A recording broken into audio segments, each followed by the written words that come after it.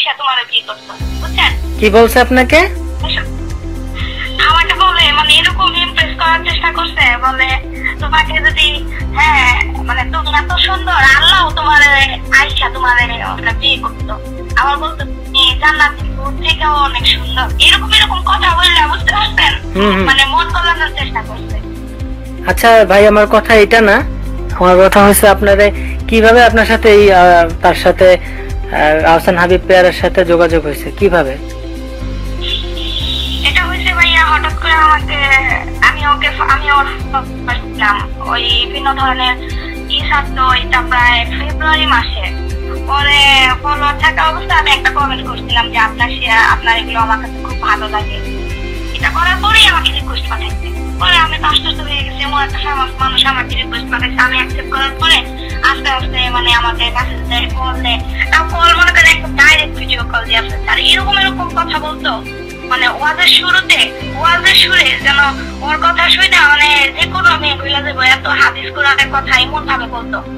তো একদিন ওর সাথে আমার ভালোই পরিচয় হয়ে গেছে। পরিচয় হওয়ার পরে ও আমার অনেক ধরনের কথা বলতে, যে ওর বিয়ে হয়েছে, ওর বউ ওর ছাইরা চলে গেছে, ওর একটা বাচ্চা আছে। প্রথমে সবকিছু অস্বীকার করছে। তারপর যখন ওর কথা বলছে, বলার পরে আমার কথা নেওয়ার জন্য অনেক চেষ্টা করছে। তারপর আমি আমার নিজের কথাগুলো সব বলছি যে আমার হাজবেন্ডের সাথে আমার অনেক ইয়া। আচ্ছা শোনেন, আমার কথা হয়েছে, এক মিনিট।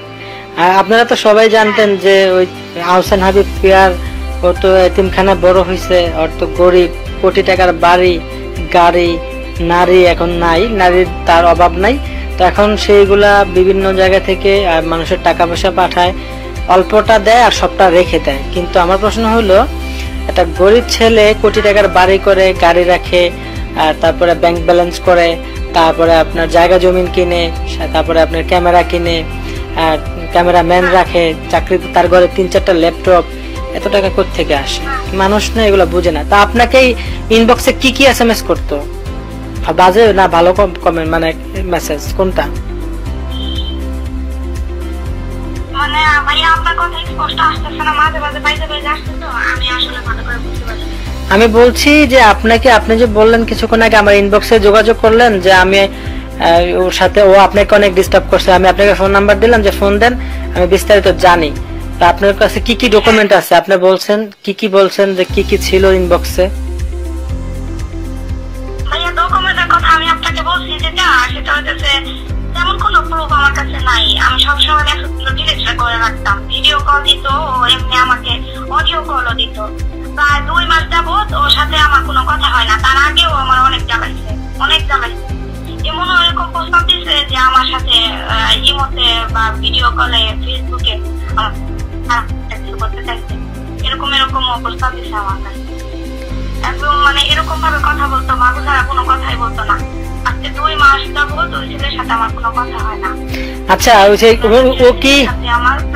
ও কি নোংরা এসএমএস করতো আপনাকে কখনো? মিথ্যা কথা বলবেন না। হ্যাঁ, প্রচুর নোংরা এসএমএস করতো ভাইয়া। আমি আমার নিজের কয়েকটা ছবি দিয়েছিলাম আমার বোরকা ছাড়া। ছবি দেওয়ার পরে ও আমার প্রতি এমন ভাব দেখাচ্ছে যে প্রচুর আকৃষ্ট, প্রচুর পাগল। আমি আসলে বুঝতে পারি নাই যে এরকম প্রতারণা করবে আমার সাথে। সে টাকা টোকা চাইছে আপনার কাছ থেকে? হ্যাঁ, টাকা টোকা চাইছে কখনো? টাকা টোকা আমার কাছে চাইছে ভাইয়া। ওই যে বলছে আমি তোমার কবিরাজি করে দিব, তুমি আমাকে 21,000 টাকা দাও। এই টাকাটা দেও বলে কি করবে, কোন মাজারে দিবে এটা বলে ভাবতে হবে। এই 21,000 টাকা দিলে তোমাকে একটা তদবির দিব, কয়েক ধরনের আতর দিব, সুরমা দিব, এগুলো দিলে তোমার হাজবেন্ড অনেক ভালোই দিব। এইসব কথা বলছিল আমার। আচ্ছা, সে কি ইসলাম? মানে আমি তো পুরাই টাকা জোগাড়, মানে আজকে পর্যন্ত আমি টাকা কিভাবে জোগাড় করবো আমি চিন্তা হচ্ছিলাম আজকে পর্যন্ত। আপনি যদি মিথ্যা কথা বলে থাকেন, কালকে আমাদের মাঠে কিন্তু আমার নবী কিন্তু আপনাকে শাফায়াত করবেন। আপনি যদি একটা পরিমাণ মিথ্যা কথা বলে থাকেন আমার কাছে, আপনি যা বলছেন সব সত্য। কথাটা কি আছে এখানে? মিথ্যা কথা কিছু নেই, যা সত্য সেটাই ভাইয়া, সত্য কথাই বলছি আপনাকে। তাহলে সে কিভাবে বললো? তো সে আপনাকে কিভাবে বললো যে উপরে আপনার আল্লাহ এসে কি করবে? এই কথাটা আবার বলেন তো, আমার খুব খারাপ লাগতেছে এটা শুনে। সে মুসলমান।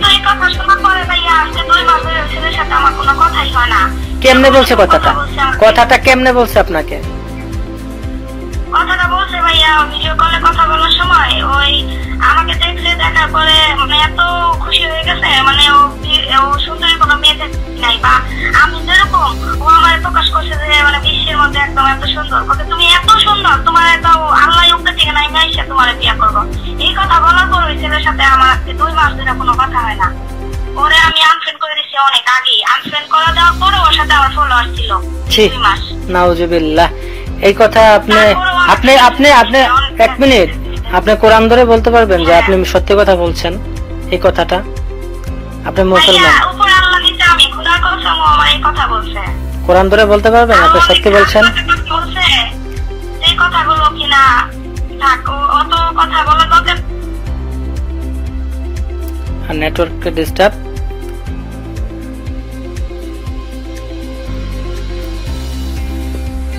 যা শোনার তা তো শুনলেনই, বাকিটা আপনাদের মন্তব্য। এখন এক এক করে মেয়েরা এরকম ভাবে মুখ খুলছে, কিন্তু আমি পারতাম ভিডিও করলে তাদের চেহারা দেখাতে, তাদের লাইফ আছে পার্সোনাল এবং তাদের চলাফেরা অনেক সমস্যা হবে। মেয়েটা নিজেও জানে না, তার কথা রেকর্ডিং করেছি। সামনে আরো কিছু পাবেন, শুক্রবার পর্যন্ত ওয়েট করেন। তার মুখোশ পুরোপুরি খুলে যাবে মিডিয়ার সামনে, সকলের সামনে।